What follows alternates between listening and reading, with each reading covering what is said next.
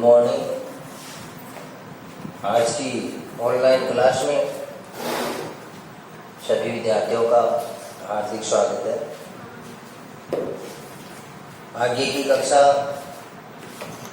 में आज हम पढ़ेंगे आनुवंशिकी। तो चैप्टर अपना चल रहा है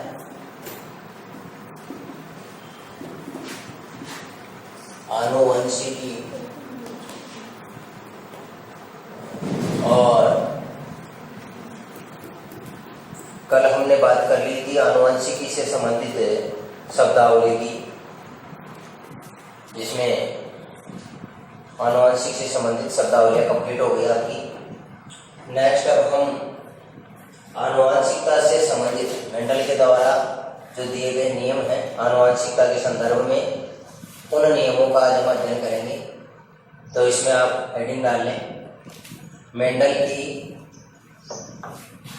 के वंशागति या आनुवंशिकता के नियम। मेंडल के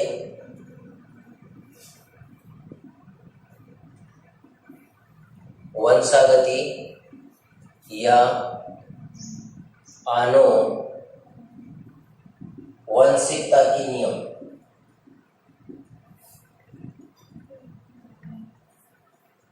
मेंडल को आनुवंशिकता का जनक कहा जाता है। सबसे पहले मेंडल ने आनुवंशिकता को प्रयोग किए हैं, इसलिए ग्रेगर जॉन मेंडल, जिनको आनुवंशिकता का जनक कहा जाता है, तो आनुवंशिकता के संबंध में क्या क्या अपने नियम दिए हैं, उन नियमों का आज हम यहाँ अध्ययन करेंगे। तो हेडिंग डाल लो मेंडल की वंशागति या आनुवंशिकता के नियम। इसमें आप पहला नियम लिखेंगे प्रभाविता का नियम। पहला नियम है प्रभाविता का नियम, और इसमें लिखें आप, देखो प्रभाविता के नियम में थोड़ा समझ लो पहले क्या था। प्रभाविता के नियम में कल हमने बात की थी कि प्रभावी लक्षण और एक होता है अप्रभावी लक्षण। एक होती है जनक पीढ़ी, एक होती है संतति पीढ़ी, जिसको F1 पीढ़ी भी कहा जाता है। तो जो जनक पीढ़ी है, जनक पीढ़ी का मतलब जो माता पिता हैं, इन माता पिता से जो संतान उत्पन्न होती है, इन जनकों से जो संतान उत्पन्न होती है, जिसको हम F1 पीढ़ी कहते हैं। इस F1 पीढ़ी में जो जनक हैं, जनक का जो लक्षण F1 पीढ़ी में प्रकट होता है वो प्रभावी लक्षण होता है, और जो लक्षण प्रकट नहीं होता है वो अप्रभावी लक्षण होता है। कल जैसे हम बात कर रहे थे कि पादप, जो मटर का पादप मेंडल ने अपने प्रयोगों के लिए लिया था, उसमें एक तो कैपिटल टी था पादप के तने की लंबाई का कारक, और एक स्मॉल टी था। हम देख रहे थे कि अगर कैपिटल टी हो रहा है, इसका मतलब लंबा है। अगर स्मॉल टी हो रहा है, इसका मतलब लंबेपन का तो कारक है ही नहीं, केवल बौनेपन का कारक है। ये भी बौनेपन का है, ये भी बौनेपन का है, तो पादप कैसा है? बौना है। अगर कैपिटल टी और स्मॉल टी आ रहा है तो इसमें दोनों कारक आ रहे हैं। यहाँ हमारी बात होती है कि कैपिटल टी का भी है और स्मॉल टी, यानी लंबेपन का कारक भी है, बौनेपन का भी। तो फिर पादप में कौन सा लक्षण प्रकट होगा? तो यहाँ दोनों लक्षण हैं, लेकिन लक्षण कौन सा प्रकट होता है? केवल लंबेपन का लक्षण प्रकट होता है। इसका मतलब लंबेपन वाला तो क्या हो गया? प्रभावी। और बौनेपन का लक्षण क्या नहीं हो पाता है? पहली पीढ़ी में प्रकट नहीं हो पाता। इसका मतलब बौनापन क्या हो गया? अप्रभावी। इसके आधार पर ही मेंडल ने एक नियम दिया था, और उसी को मतलब क्या कहा जाता है? प्रभाविता का नियम कहा जाता है। कि जब दो शुद्ध लक्षणों वाले जनकों के मध्य जब क्रॉस कराया जाता है, तो F1 पीढ़ी में केवल प्रभावी लक्षण ही प्रकट होता है, अप्रभावी लक्षण प्रकट नहीं हो पाता है। इसको मतलब क्या कहा जाता है? प्रभाविता का नियम कहा जाता है। तो लिखो आप इसको पहले। यह नियम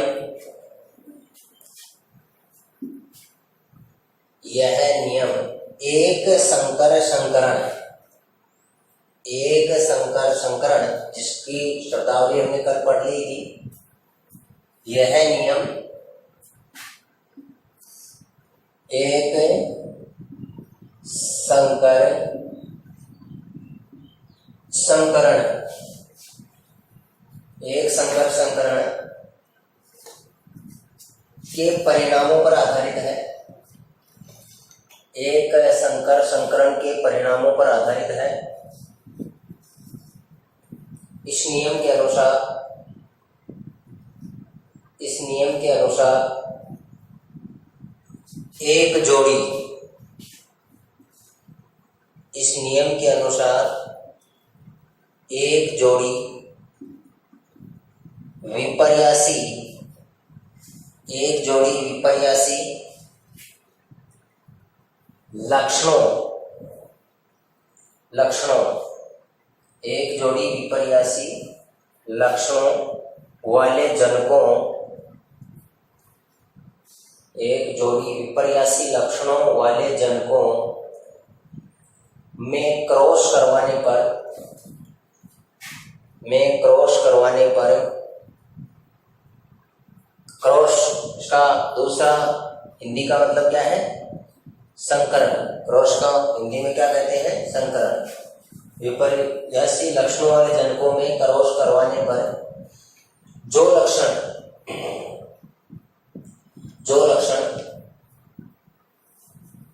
F1PD में प्रकट होते हैं, जो लक्षण F1PD में प्रकट होते हैं उन्हें प्रभावी लक्षण,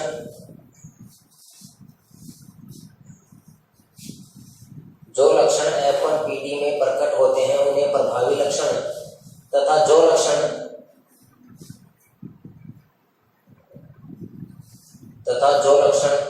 F1PD में प्रकट नहीं होते हैं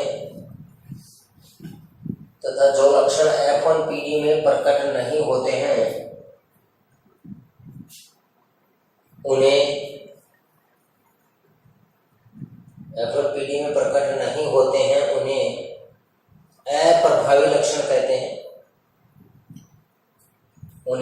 अप्रभावी लक्षण कहते हैं।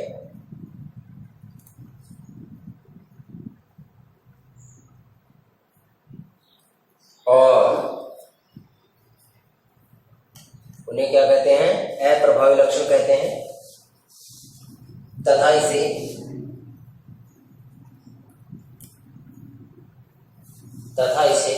प्रभाविता का नियम कहते हैं।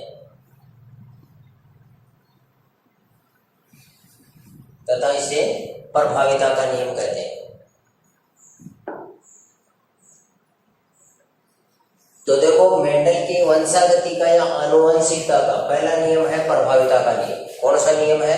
प्रभाविता का नियम। और एक ये ध्यान रखना है कि प्रभाविता का नियम जो है वो किस पर आधारित है? एक संकर संकरण। एक संकर संकरण का मतलब, संकर का अर्थ मैंने आपको बताया था। संकर का मतलब क्या होता है?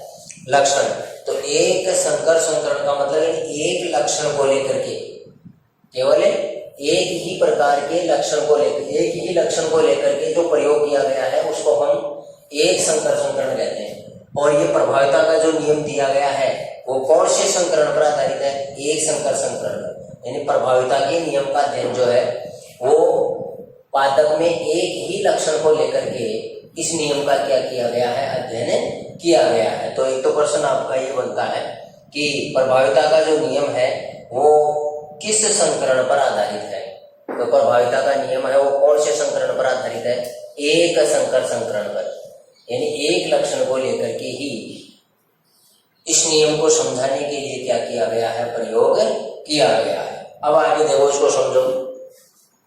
मेंडल ने क्या कहा? पहला काम तो ये हो गया कि प्रभाविता का जो नियम है वो एक संकर संकरण पर आधारित है। और एक संकर का मतलब क्या हो गया? संकर का मतलब हो गया लक्षण। संकर का मतलब क्या हो गया? लक्षण हो गया। तो एक संकर संकरण में देखो मेंडल ने क्या किया है? दो जनक लिए हैं, एक नर जनक है और एक कौन सा है? मादा जनक है। दो जनक लिए, लक्षण एक ही लिया। एक ही लक्षण लेने का मतलब पादप के तने की लंबाई। लक्षण कौन सा लिया गया है? पादप के तने की लंबाई। कल हम क्या बात कर रहे थे? जीन की बात कर रहे थे कि जीन हमेशा किस में रहते हैं? युग्मों में। युग्मों का मतलब क्या होता है? जोड़ा। युग्मों का मतलब क्या होता है? जोड़ा। कि जीन हमेशा किस में रहते हैं? युग्मों में रहते हैं, जोड़े में रहते हैं। कहने का मतलब एक लक्षण को नियंत्रित करने के लिए कितने जीन पाए जाते हैं? 2 जीन। जैसे पादप के तने की लंबाई, लंबाई में पादप क्या हो सकता है? लंबा भी हो सकता है, क्या हो सकता है? बौना भी हो सकता है। तो लक्षण तो एक ही हुआ, क्या हुआ? केवल लंबाई का। अब लंबेपन का जो है उसके लिए जीन तो होता है कैपिटल टी, और बौनेपन के जीन के लिए क्या होता है? Small T. तो हमेशा युग्म में रहते हैं। एक ही लक्षण को नियंत्रित करने के लिए जो जीन है वो हमेशा क्या पाए जाते हैं? युग्मों में पाए जाते हैं, जोड़े के रूप में पाए जाते हैं। 2 जनक लिए शुद्ध लक्षणों वाले और विपर्यासी। विपर्यासी का मतलब विपरीत। ये जैसे कैपिटल टी, इसका मतलब कैसा जनक हुआ? ये शुद्ध लंबा। कैसा जनक हो गया? शुद्ध लंबा हो गया ना, क्योंकि दोनों ही कैपिटल का ध्यान रखेंगे कि जो प्रभावी लक्षण है वो तो होगा। प्रभावी लक्षण को अंग्रेजी के बड़े अक्षर के द्वारा दर्शाया जाता है, और अप्रभावी लक्षणों के जो जीन हैं, कारक हैं, उनको अंग्रेजी के छोटे अक्षरों के द्वारा दर्शाया जाता है। तो ये कैपिटल टी ये तो हो गया शुद्ध लंबा। इसके बाद में देखो स्मॉल टी, ये कैसा होगा? शुद्ध होगा ना, क्योंकि दूसरा तो है ही नहीं अलग, स्मॉल है तो शुद्ध बौना। ये कैसा होगा? शुद्ध बौना। ये क्या हो गए? जनक। ये क्या हो गए? जनक। अब देखो युग्मनज बनने से पहले, कल मैंने आपको बताया था, इनमें सबसे पहले क्या होगा? अर्धसूत्री विभाजन होगा। पहले इन कोशिकाओं में, जनन कोशिकाओं में अर्धसूत्री विभाजन होगा, और अर्धसूत्री विभाजन होने से इसमें जो पुत्री कोशिकाएं बनेंगी उनमें गुणसूत्रों की संख्या क्या हो जाएगी? आदि। 2 बन गए। ये अगुणित हैं, और इन अगुणित कोशिकाओं को हम क्या कहेंगे? नर युग्मक। नर से बनी है अगुणित कोशिकाएं। ये भी अगुणित है, ये भी अगुणित है। ये क्या है? द्विगुणित। डबल है ना, तो ये द्विगुणित है। ये नर युग्मक है। ये क्या बन गए यहाँ? नर युग्मक। और एक शब्द और देख लेंगे यहाँ, मादा युग्मक और एक होता है नर युग्मक। मादा युग्मक तो चाहे वो पेड़ पौधे हों और चाहे जीव जंतु हो। मादा युग्मक जीव जंतुओं में, पेड़ पौधों में, सभी में मादा युग्मकों का नाम क्या होगा? अंडाणु। समझ गए? चाहे पेड़ पौधे हों और चाहे जीव जंतु हो, मानव हो या अन्य कोई भी जीव जंतु है, मादा युग्मकों को सब में ही किसके नाम से जाना जाता है? अंडाणु के नाम से जाना जाता है। तो ये तो मादा युग्मक होते हैं। लेकिन जो नर युग्मक होता है, एक होता है नर युग्मक।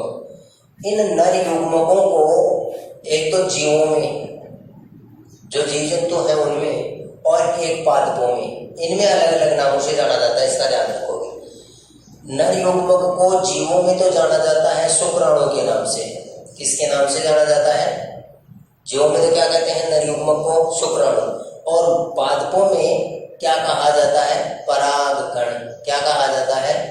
परागकण। ये तो शब्द आप ध्यान में रखेंगे कि जो लैंगिक जनन की प्रक्रिया है, ये लैंगिक जनन की प्रक्रिया नर और मादा प्राणियों के द्वारा संपन्न की जाती है, जनकों के द्वारा। इन नर और मादा प्राणियों में जनन क्रिया से पहले अर्धसूत्री विभाजन होता है जनन कोशिकाओं में, और अर्धसूत्री विभाजन होने से जो द्विगुणित कोशिकाएं हैं, उन द्विगुणित कोशिकाओं से अगुणित कोशिकाओं का निर्माण होता है। इन अगुणित कोशिकाओं को युग्मक कहेंगे। एक नर युग्मक होगा, एक मादा युग्मक होगा। मादा युग्मक जो जीव जंतु हैं, पेड़ पौधे हैं, इन सब में मादा युग्मक को किसके नाम से जाना जाता है? अंडाणु। चाहे जीव जंतु हो चाहे पेड़ पौधे हो, सभी में मादा युग्मकों को किसके नाम से जाना जाता है? अंडाणु के नाम से जाना जाता है। लेकिन जो नर युग्मक होते हैं, इन नर युग्मकों को जीव जंतुओं में तो क्या कहोगे? शुक्राणु। और पेड़ पौधों में, पादपों में क्या कहोगे?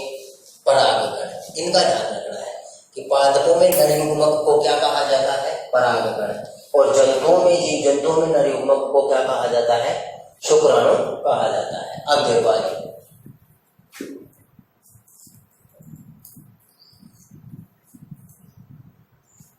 तो ये हो गए नर युग्मक। अब बताओ ये परागकण बनेंगे या शुक्राणु? यहाँ नर युग्मक का नाम यहाँ परागकण हो गया या शुक्राणु? हम मटर के पादप की बात कर रहे हैं। किसकी बात कर रहे हैं?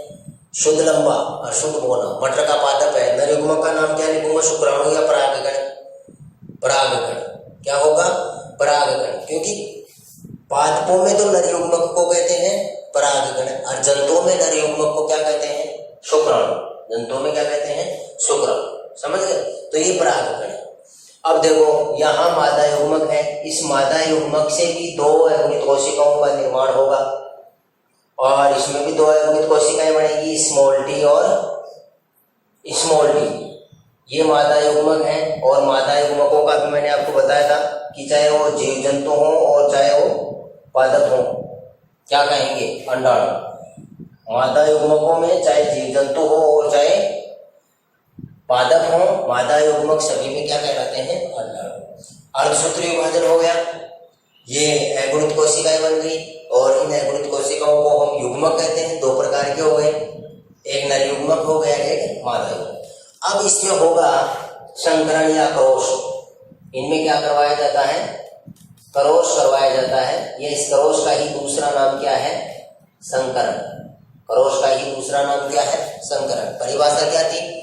नर युग्मक और मादा युग्मकों के आपस में संयोजन को, एक नर युग्मक है और एक मादा युग्मक है, इनमें आपस में जो संयोजन होगा, यहां कर देता हूं मैं, दिखाई नहीं देगा।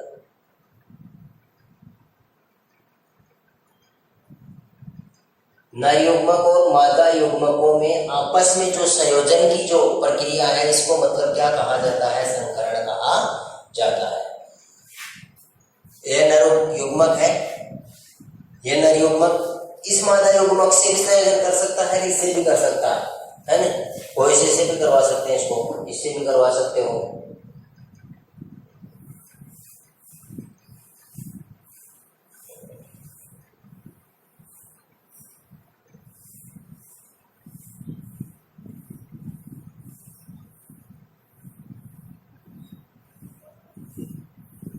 ऐसे निशान भी है इसका, क्रॉस का। इसमें भी देखो यहाँ जो युग्मन बनेगा वो कैपिटल टी स्मॉल टी, ये तो है कि ये जीन ये है, ये जीन आ गया और वो जीन आ गया। फिर ये इससे संयोग कर सकता है कैपिटल टी और स्मॉल टी, और ये क्या कर सकता है? इससे भी संयोग कर सकता है कैपिटल टी और स्मॉल टी। समझ गए? ये थे जनक, माता पिता। इनकी जनन कोशिकाओं में अर्धसूत्री विभाजन हुआ, अर्धसूत्री विभाजन होने से जो युग्मक बने, उन युग्मकों से आपस में उन युग्मकों में संयोजन हुआ। संयोजन होने से क्या बनी? युग्मनज कोशिका बनी, और ये युग्मनज कोशिका ही आगे समसूत्री विभाजन करके किसका निर्माण करती है? जीव का निर्माण करती है। तो ये संतति हो गई, ये हो गई F1 पीढ़ी। कौन सी पीढ़ी हो गई? ये पहली पीढ़ी प्राप्त हो गई ना इनकी संतान, तो ये कौन सी पीढ़ी हो गई? F1 पीढ़ी। अब देखो ये पादप कैसा होगा? इसको स्मॉल टी लिखेंगे आप, है ना? सही। ये पादप कैसा होगा? लंबा होगा या बौना? अभी बताया था मैंने, कैसा होगा? लंबा। कैसा होगा? लंबा। ये कैसा होगा? लंबा होगा ना। ये कैसा होगा? ये भी लंबा होगा, क्योंकि यहाँ स्मॉल टी का मतलब उसका लक्षण प्रकट नहीं होगा। ये ध्यान रखना, जो अंग्रेजी का बड़ा अक्षर है वो लक्षण ही प्रकट करेगा, और यहाँ कैपिटल टी हमने किसके लिए लिया है? लंबेपन के लिए। कैपिटल टी का जो है वो किसके लिए लिया है? लंबेपन के लिए।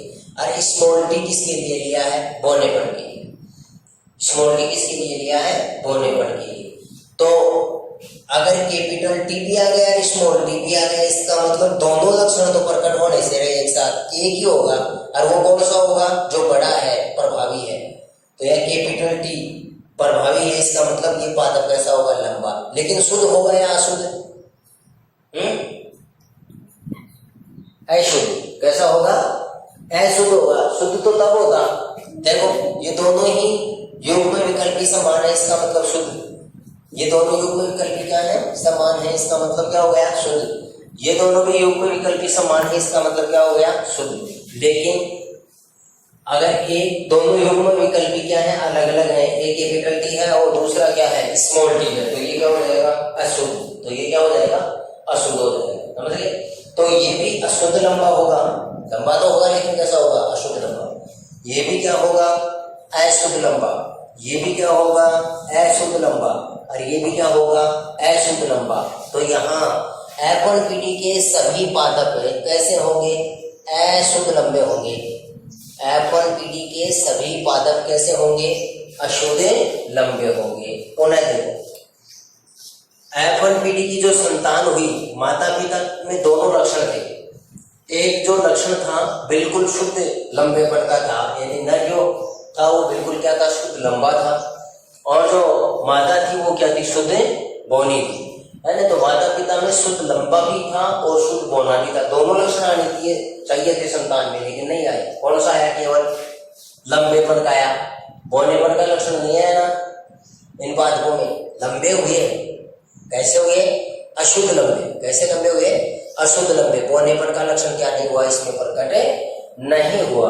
तो इसके आधार पर मेंडल ने एक नियम दिया कि जब दो शुद्ध लक्षणों वाले जनकों के मध्य आपस में क्रॉस करवाया जाता है, जब दो शुद्ध लक्षणों वाले जनकों के मध्य आपस में क्रॉस करवाया जाता है या संकरण करवाया जाता है, तो F1PD में केवल प्रभावी लक्षण ही प्रकट होता है, अप्रभावी लक्षण प्रकट नहीं होता है। इसे क्या कहा जाता है? प्रभाविता का नियम कहा जाता है। और किस पर आधारित है ये? एक संकर संकरण पर। किस पर आधारित है ये? एक संकर संकरण पर। एक संकर संकरण का मतलब केवल एक ही लक्षण को लेकर के क्या किया गया है? प्रयोग किया गया है। उतारो उसको, यहाँ एक उतारो।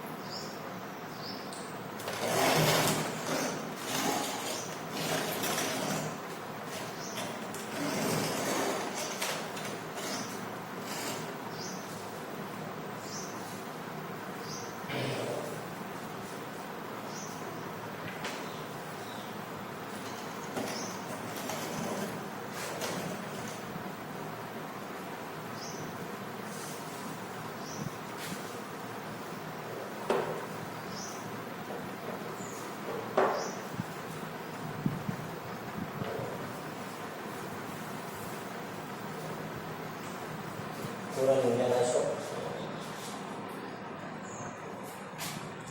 ये डॉट लगा, शुद्ध है ये, है ना। शॉर्टकट में लिख दिया इसको। शुद्ध लंबा है, ये शुद्ध होना है। नर युग्मक परागकण है और ये मादा युग्मक अंडाणु है। या उल्लेख लगा लगा के लिख लेना। क्रॉस भी कर सकते हो, संकरण भी कर सकते हो, इस प्रकार से क्रॉस का चिन्ह भी लगा सकते हो।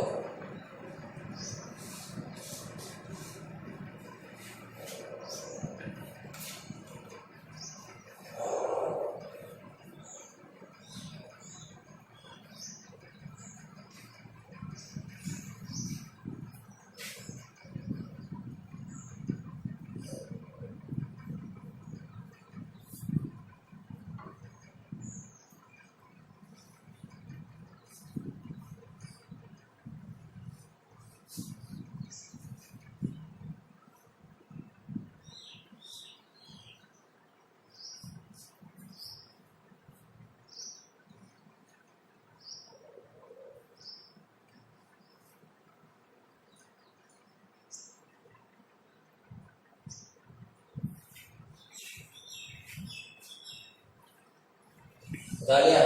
नेक्स्ट देखो आगे, अगला हम नियम पढ़ेंगे पृथक्करण का नियम। हेडिंग डाल लो, पृथक्करण का नियम। ये आपको दिमाग में रहना चाहिए। ये किसके आधार पर है? एक संकर संकरण पर आधारित है। और किसका नियम है? प्रभाविता का नियम। क्यों हुआ प्रभाविता का? पुनः एक बार देख लो। मेंडल ने बताया कि जब दो शुद्ध लक्षणों वाले विपर्यासी लक्षण, विपर्यासी का मतलब तो अलग अलग, एक लंबा है दूसरा क्या है? बौना, लेकिन जनक कैसे हैं? दोनों शुद्ध लक्षण वाले हैं। ये भी लंबेपन के लिए शुद्ध है और ये किसके लिए शुद्ध है? बौनेपन के लिए शुद्ध है। तो मेंडल ने कहा कि जब दो शुद्ध लक्षणों वाले जनकों के मध्य आपस में संकरण करवाया जाता है, क्रॉस करवाया जाता है, तो F1PD में दोनों लक्षण प्रकट न होकर केवल एक लक्षण ही क्या होता है? प्रकट होता है। माता पिता दोनों लक्षणों वाले थे, लंबे भी थे और बौने भी थे, लेकिन F1PD की सारी संतान कैसी होती हैं? लंबी। F1PD की सारी संतान कैसी होती हैं? लंबी। इसका मतलब बौनेपन के लक्षण को क्या कर दिया गया? दबा दिया गया, उसको प्रकट नहीं होने दिया गया। तो यहाँ जो लक्षण प्रकट हो जाता है, प्रकट हो गया, इसका मतलब क्या है? वो प्रभावी। प्रकट हो गया इसका मतलब क्या है? प्रभावी। और जो प्रकट नहीं होता है वो क्या रहा? अप्रभावी। तो जो लक्षण प्रकट हो जाता है उसको तो क्या कहेंगे हम? प्रभावी। और जो लक्षण प्रकट नहीं होता है उसको क्या कहेंगे? अप्रभावी। और इस नियम को क्या कहा जाता है? प्रभाविता का नियम कहा जाता है कि F1PD में केवल प्रभावी लक्षण ही प्रकट होता है, अप्रभावी लक्षण प्रकट नहीं होता है। ये था मेंडल का पहला नियम। और कौन सा? प्रभाविता का नियम। प्रभाविता का नियम है किसके आधार पर दिया गया है? एक संकर संकरण। संकर का मतलब लक्षण, संकर का मतलब लक्षण। नेक्स्ट लिखिए पृथक्करण का नियम दूसरा। मेंडल का दूसरा नियम हम पढ़ेंगे।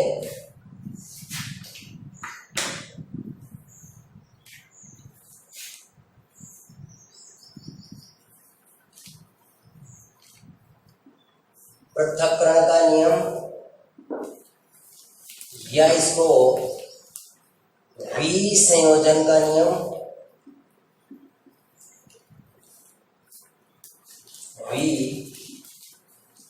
विसंयोजन का नियम या इसको युग्मकों की शुद्धता का नियम कहा जाता है।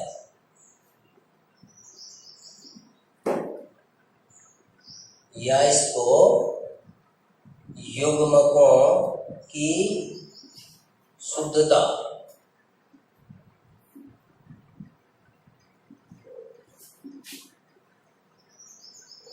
युग्मकों की शुद्धता का नियम। तीनों नामों से इसको जाना जाता है। पृथक्करण का नियम भी कह सकते हो। इसी पृथक्करण के नियम का दूसरा नाम क्या है? विसंयोजन। पृथक्करण का नियम भी कह सकते हो, विसंयोजन का नियम भी कह सकते हो और युग्मकों की शुद्धता का नियम भी कह सकते हो।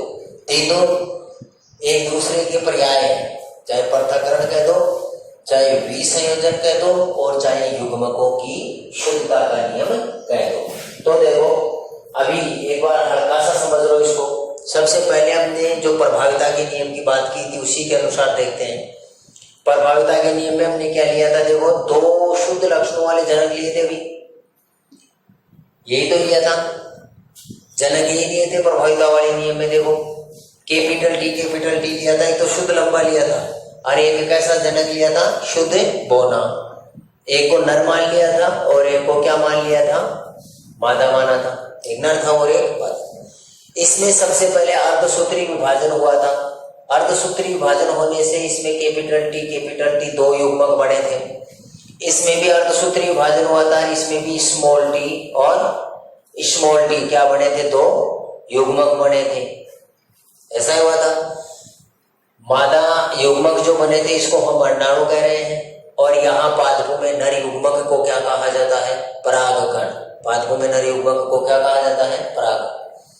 इनके नर युग्मक और मादा युग्मक में आपस में यहाँ संयोजन की प्रक्रिया हुई और संयोजन की प्रक्रिया से जो द्विगुणित कोशिका बनी, वापस जो द्विगुणित कोशिका बनी ये बनी, और इसके बाद में ये इससे भी इस प्रकार से कैपिटल टी स्मॉल टी, और इससे यानी चार जो कोशिकाएं बढ़ेंगी द्विगुणित, ये चारों की चारों क्या होंगी, समान होंगी, कैपिटल टी और स्मॉल टी। ऐसा हुआ था।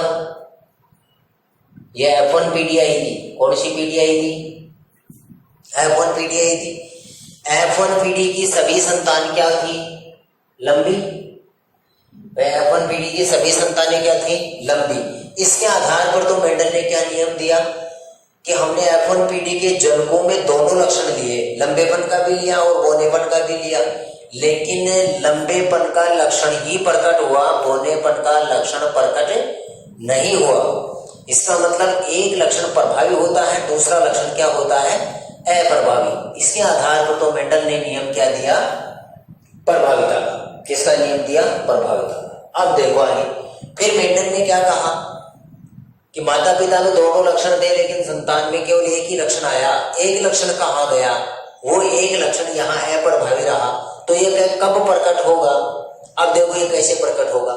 चारों संतान समान नया, सभी अशुद्ध लंबी है।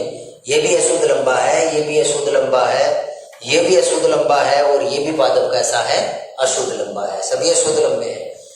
इनमें से कोई भी दो पादपों को जनक माना आगे, चाहे ये दो मान ले चाहे ये दो मान ले, सभी बराबर है। इन दो को क्या मान लिया?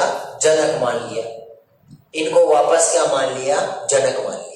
अब देखो, इन दो को जनक मान लिया, यहां मैं लिख देता हूं। ये तो इनके लिए तो संतान है, और ये आगे जनक बनेगी, तो इधर ले लेता हूं मैं। एक कैपिटल टी है, एक स्मॉल टी है, और दूसरा भी कैपिटल टी है, और क्या है? Small T. ये भी अशुद्ध लंबा है, ये भी क्या है? अशुद्ध लंबा है। अब इनको हम जनक मान करके आगे की पीढ़ी तैयार कर रहे हैं। अब इनको, इन संतानों को हम जनक मान करके आगे की पीढ़ी तैयार कर रहे हैं। देखो, आगे की पीढ़ी तैयार करने से पहले इनमें अर्धसूत्री विभाजन होगा, और अर्धसूत्री विभाजन होने से वही अगणित कोशिका बनेगी।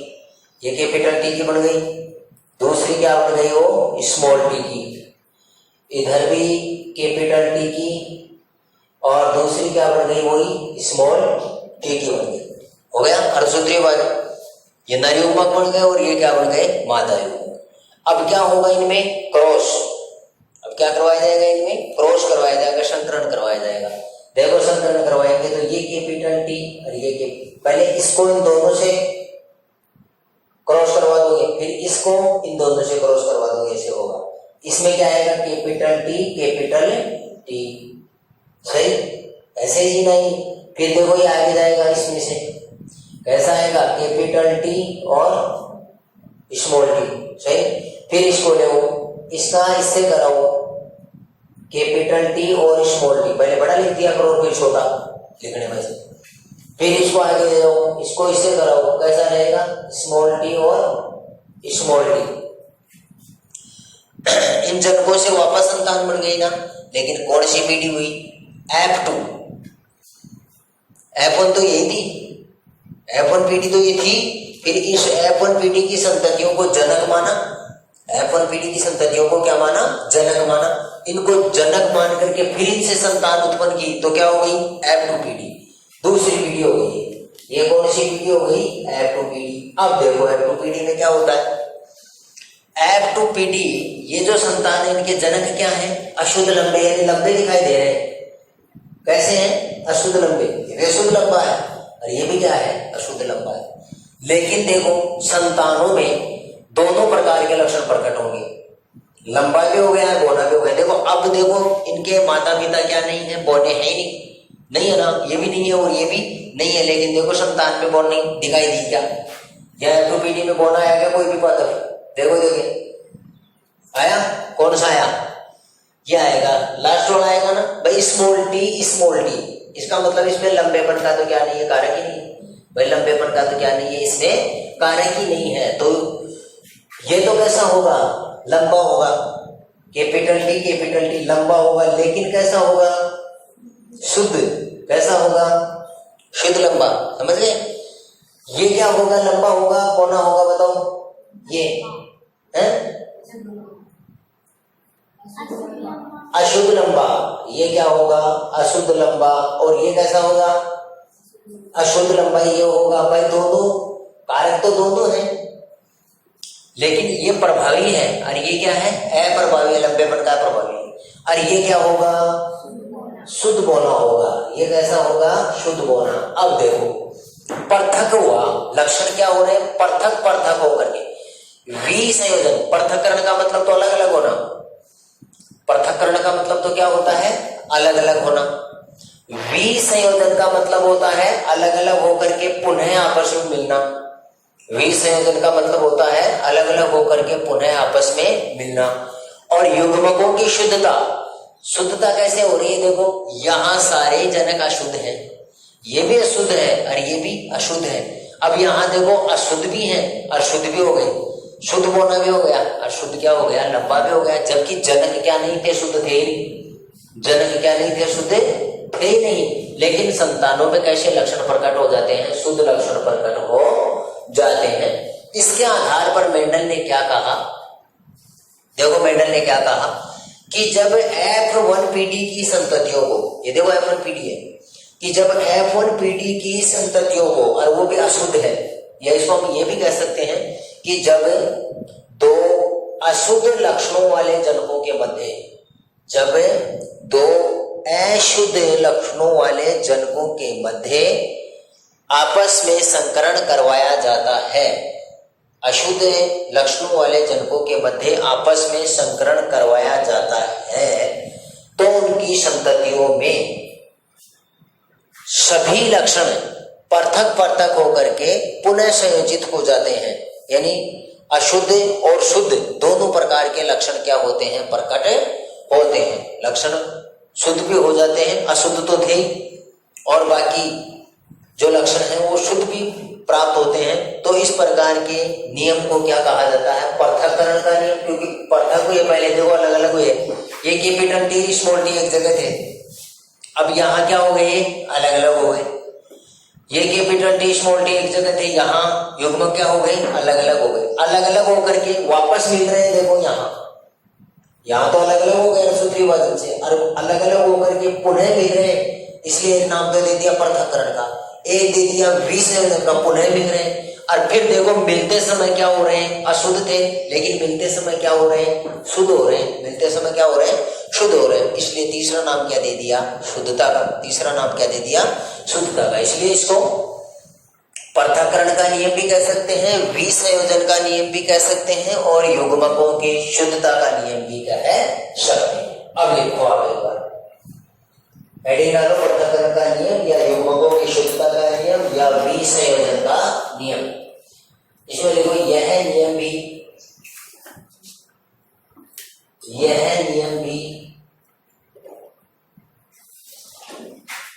मेंडल के एक संकर संकरण पर, यह नियम भी मेंडल के एक संकर संकरण पर, एक संकर संकरण पर आधारित है। एक संकर संकरण पर आधारित है। इस नियम के अनुसार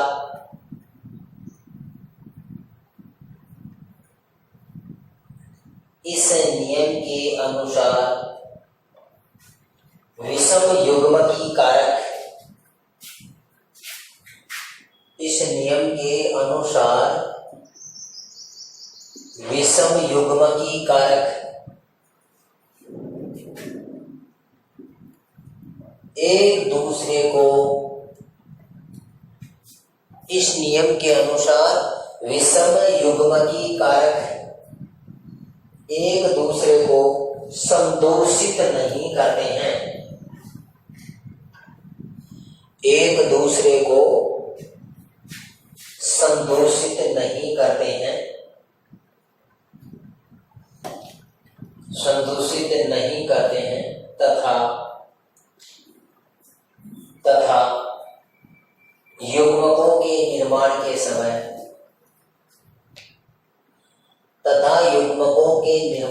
समय, एक दूसरे से पृथक होकर तथा युग्मकों के निर्माण के समय एक दूसरे से पृथक होकर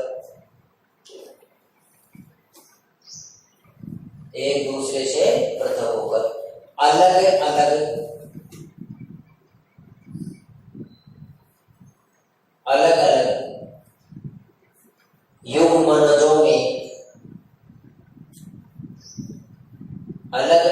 युग्मनजों में चले जाते हैं।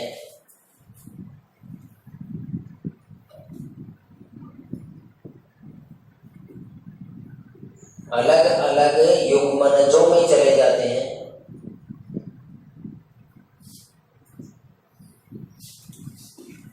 अतः इसे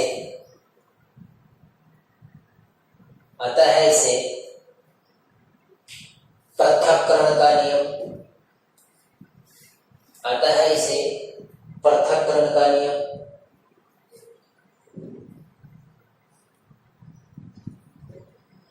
और इन युग्मकों के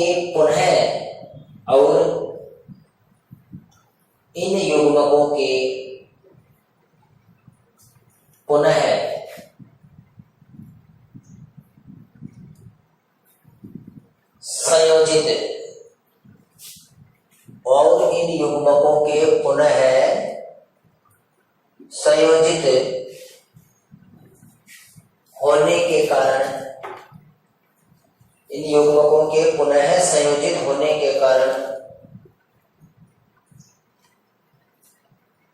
इसे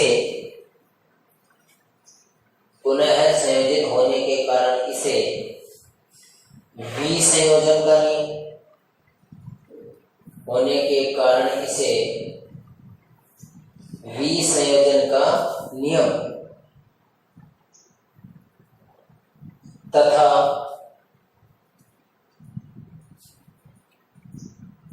तथा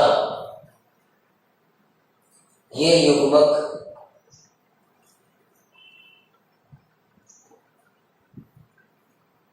आपस में संयोजित होते समय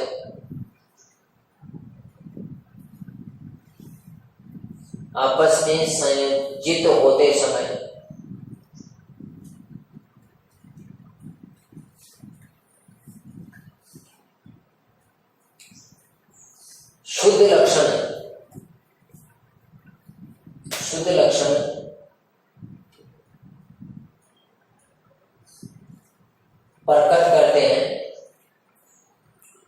लक्षण प्रकट करते हैं। इस कारण इसे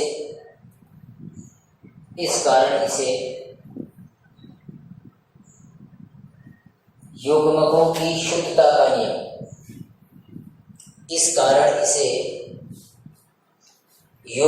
की शुद्धता का नियम कहते हैं।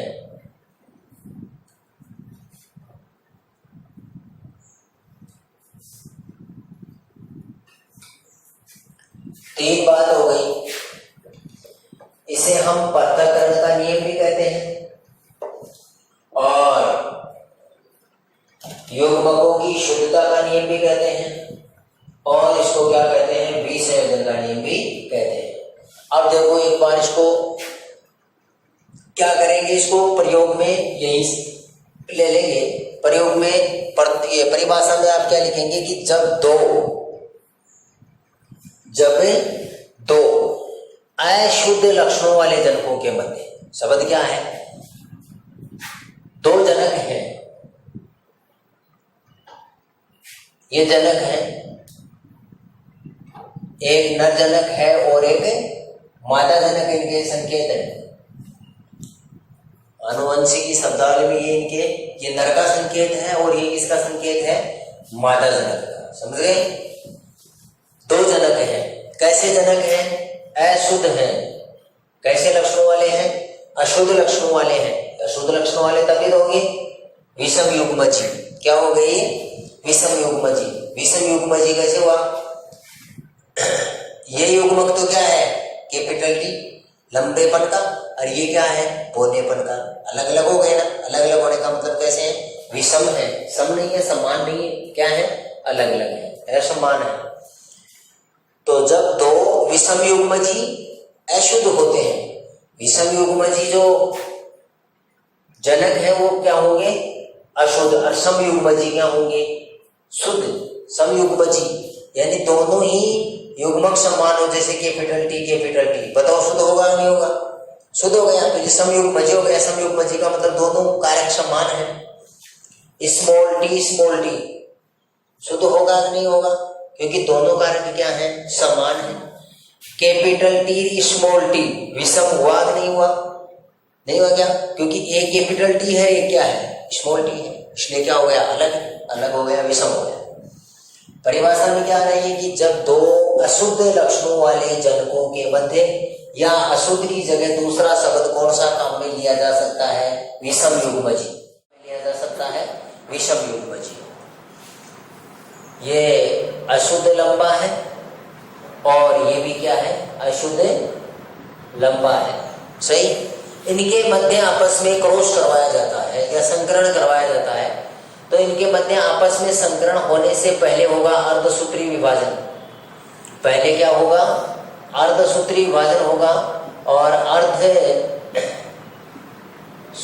विभाजन होने से इनमें युग्मक बनेंगे। पहले अर्धसूत्री विभाजन होगा, अर्धसूत्री विभाजन होने से इसमें क्या बनेंगे, पहले युग्मक बनेंगे, और युग्मक बनेंगे तो इसमें एक तो कैपिटल टी बन गया, दूसरा क्या बन गया, स्मॉल टी बन गया। ये नर युग्मक हो गए और ये क्या हो गए, मादा युग्मक। फिर इनमें क्या करवाया जाता है, आपस में संकरण करवाया जाता है। ये क्या है, ऐसा होगा कैपिटल टी कैपिटल टी, फिर इसको आगे वाले से ये कैसा होगा, कैपिटल टी स्मॉल टी, फिर इसको ले लो, इसको इससे कैपिटल टी और स्मॉल टी, फिर इसको इससे क्रॉस करवा दो, स्मॉल टी हो गई। अब देखो ये पीडी कौन सी होगी, F2PD। ध्यान देना, पीडी कौन सी है, क्यों है F2PD, क्योंकि ये F1PD की संतति है। ये F1PD में तो आएगी अपने F1PD की संतति, ये F1PD की संतति है। पहले हमने क्या लिया था, देखो उसको हटा दिया मैंने, कैपिटल टी फिर स्मॉल टी, ये जनक लिए थे। ये जनक लेने से चारों की चारों संतान यही आई थी ना यहाँ F1PD में। उन दो संतानों को हमने वापस क्या माना है, जनक माना है। अब उनको जनक मान करके पीछे वाला भी या नहीं लिखना आपको, पीछे वाला, क्योंकि ये तो F1PD की संतान है। इन संतानों से जो संतान होगी तो वो कौन सी पीढ़ी हो जाएगी, F2PD। कौन सी पीढ़ी हो जाएगी, F2PD हो जाएगी। तो ये जनक है F1PD की संतति, और F2PD के लिए है जनक। F2PD के लिए क्या है, जनक। अब देखो ये पादप कैसा होगा, ये शुद्ध लंबा कैसा होगा, शुद्ध लंबा, सही। ये पादप कैसा होगा, अशुद्ध लंबा। ये पादप कैसा होगा, अशुद्ध लंबा। और ये पादप कैसा होगा, शुद्ध बौना। ऐसा ही होगा ना। बाहर से हमें दिखाई देगा, तो बाहर से दिखाई देने में देखो ये भी लंबा, ये भी लंबा और ये भी लंबा, और ये क्या होगा, बौना। कल हमने दो बात की थी, एक तो फिनोटाइप की, एक जीनोटाइप की। एक तो लक्षण प्रारूप होते हैं, एक तो क्या होते हैं, लक्षण प्रारूप, और एक होता है जीन प्रारूप। एक तो होता है लक्षण प्रारूप और एक क्या होता है, जीन प्रारूप। लक्षण प्रारूप का मतलब होता है कि जीव के जो लक्षण बाहर से हमें दिखाई देते हैं, जीव के जो लक्षण हमें क्या होते हैं, बाहर से दिखाई देते हैं, उसको मतलब क्या कहा जाता है, लक्षण प्रारूप कहा जाता है। जैसे पादप है वो लंबा है या बौना है, पादप लंबा है या बौना है। लंबा है तो लंबा दिखाई देगा, बौना है तो बौना दिखाई देगा, लेकिन शुद्ध अशुद्ध दिखाई नहीं देगा। भैया तो लंबाई दिखाई देगा, हमें ये थोड़ी पता चलता है भाई लंबा है तो शुद्ध है या अशुद्ध है, नहीं होता है ना। तो शुद्ध अशुद्ध का पता नहीं चलता है। तो बाहर से जो लक्षण दिखाई देंगे जीव के या पादप के, जो लक्षण हमें बाहर से दिखाई देते हैं उनको तो कहते हैं लक्षण प्ररूप। उसको तो क्या कहते हैं? लक्षण प्ररूप। और इन लक्षणों की जो जीनी संरचना होती है, देखो ये शुद्ध लंबा दिखाई दिया, इसकी जीन संरचना है कैपिटल टी, ये हमें दिखाई नहीं देती है, इसका तो अध्ययन करना पड़ता है। कोशिकाओं के अंदर जीनों की संरचना कैसी है, विभिन्न प्रकार की जो विधियां हैं, यंत्र हैं, उपकरण है, उनकी सहायता से इसका फिर पता लगाया जाता है। तो वो तो अंदर का मामला है, कोशिका के अंदर का मामला है। जैसे अब हमारी कोशिकाओं में माइटोकॉन्ड्रिया है, उसको हम पढ़ते दिखाई थोड़ी दे रहा है, नहीं दे रहा ना। तो अंदर कोशिकाओं के अंदर का मामला है, तो अंदर का मामला क्या कहलाएगा? ये जीन प्ररूप। और बाहर से जो लक्षण दिखाई देते हैं वो क्या कहलाएगा? लक्षण प्ररूप। ये शुद्ध लंबा। शुद्ध अशुद्ध का हमें पता बाहर से देख करके नहीं लगा सकते, वो उसकी जीन की संरचना का अध्ययन करने पर ही लगा सकते हैं। तो दो प्रकार के अनुपात निकलते हैं, एक लक्षण के आधार पर, बाहर से लक्षण कैसे दिखाई दे रहे हैं उसके आधार पर, और एक उसकी जीन की संरचना कैसी है, उस लक्षण के लिए जीन किस प्रकार के पाए जाते हैं उसके आधार पर। तो एक तो हो गया लक्षण प्ररूप और एक क्या हो गया? जीन प्ररूप। एक क्या हो गया? जीन प्ररूप। अब देखो इसमें ये भी लंबा, ये भी लंबा और ये भी लंबा। कितने पौधे लंबे दिखाई दिए? 3। कितने दिखाई दिए? 3 पौधे लंबे दिखाई दिए, 1 2 3। तो लक्षण प्ररूप, इसमें देखो लक्षण प्ररूप अनुपात कौन सा आएगा? एक तो लक्षण प्ररूप अनुपात कितना हुआ? 3 तो हो गए लंबे, केवल लंबे ही लिखेंगे इनको, हम शुद्ध अशुद्ध नहीं लिखेंगे, क्योंकि हम देख रहे हैं तो लंबा है। और एक क्या हो सकता है? बोना हो सकता है, शुद्ध अशुद्ध नहीं कह सकते। तो 3 तो क्या हो गए? लंबे। अनुपात, एक पौधा कैसा हो गया? एक ही तो है बोना, 4 में से 4 पौधे तो हैं, 4 में से 3 तो क्या है? ये भी लंबा, ये भी लंबा, ये भी लंबा। लक्षण प्ररूप, बाहर से देखने पर ये भी लंबा दिखाई देगा, ये भी लंबा दिखाई देगा, ये भी लंबा दिखाई देगा। और ये कैसा दिखाई देगा? बोना। तो बाहर से जो दिखाई देते हैं लक्षण, उसके आधार पर जो अनुपात निकाला जाता है उसको हम क्या कहते हैं? लक्षण प्ररूप अनुपात कहते हैं। तो लक्षण प्ररूप अनुपात तो कितना हुआ? 3:1। लक्षण प्ररूप अनुपात कितना हुआ? 3:1। अब देखो जीन प्ररूप अनुपात, जीन की संरचना का अध्ययन करेंगे। ये क्या है? शुद्ध लंबा। जीन के आधार पर देखेंगे ये शुद्ध लंबा। ये क्या है? अशुद्ध लंबा। और ये भी क्या है? अशुद्ध लंबा। तो अशुद्ध लंबे तो कितने हो गए? 2 हो गए ना। और ये क्या है? शुद्ध बोना। ये क्या है? शुद्ध बोना। तो देखना जीन प्ररूप अनुपात, जीन प्ररूप अनुपात, जीन प्ररूप अनुपात में एक अलग है ना, क्योंकि एक पौधा तो कैसा है? शुद्ध लंबा। अनुपात 2, 2 पौधे कैसे हैं? अशुद्ध लंबे। अनुपात 1। ये तो जीन प्ररूप अनुपात 1। अनुपात 1 कैसा है? शुद्ध बोना। क्या है? शुद्ध बोना। तो जीन प्ररूप अनुपात तो कितना हुआ? 1:2:1। समझ गए? जीन प्ररूप अनुपात हुआ 1:2:1। एक शुद्ध लंबा, 2 अशुद्ध लंबे और एक शुद्ध बोना। और बाहर से लक्षणों के आधार पर हम देखेंगे तो बाहर से 3 तो देंगे लंबे दिखाई और एक देगा बोना दिखाई। तो लक्षण प्ररूप अनुपात कितना हुआ? 3:1। 3 तो लंबे और 1 बोना। तो जो पृथक्करण का नियम है, मेंडल का जो द्वितीय नियम है पृथक्करण का नियम, इस पृथक्करण के नियम में आपको अनुपात पूछा जाता है कि पृथक्करण के नियम के जीन प्ररूप अनुपात बताओ। क्या बताओ? जीन प्ररूप अनुपात। तब तो आपको कितना बताना है? 1:2:1। और अगर प्रश्न आपका आता है कि पृथक्करण के नियम में, या इसका दूसरा नाम आपको मैंने बता दिया था विसंयोजन का नियम या युग्मकों की शुद्धता का नियम, तो अगर आपका आता है कि पृथक्करण के नियम का लक्षण पर अनुरूप अनुपात कितना होता है, कितना बताना है, 3:1। लक्षण पर अनुरूप अनुपात कितना होता है, 3:1। एक आपको प्रश्न ये पूछा जा सकता है कि पृथक्करण का नियम है वो किस संकरण पर आधारित है, एक संकर पर या द्विसंकर पर, एक संकर पर। एक ही लक्षण को लिया हमने, पादप के तने की लंबाई। कौन सा लक्षण दिया है, केवल पादप के तने की लंबाई के लक्षण को लेकर के ही हमने क्या किया है, प्रयोग किया है। तो केवल एक लक्षण को लेकर के ही प्रयोग किया गया है, इसलिए किसके ऊपर आधारित है, एक संकरण पर क्या होता है, यह आधारित होता है। अब इसको आप उतार, ये कंप्लीट उतार ले। ये हो गया आपका मेंडल का आनुवंशिकता के संदर्भ में द्वितीय नियम, मेंडल की आनुवंशिकता के संदर्भ में दूसरा नियम हो गया आपका।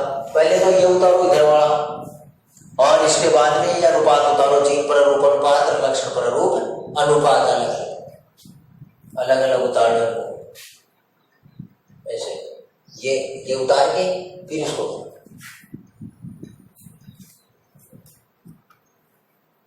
और आज की क्लास में बस इतना ही करेंगे। इनको देखें आप, पहले तुरंत याद करके रखें साथ साथ। Thank you.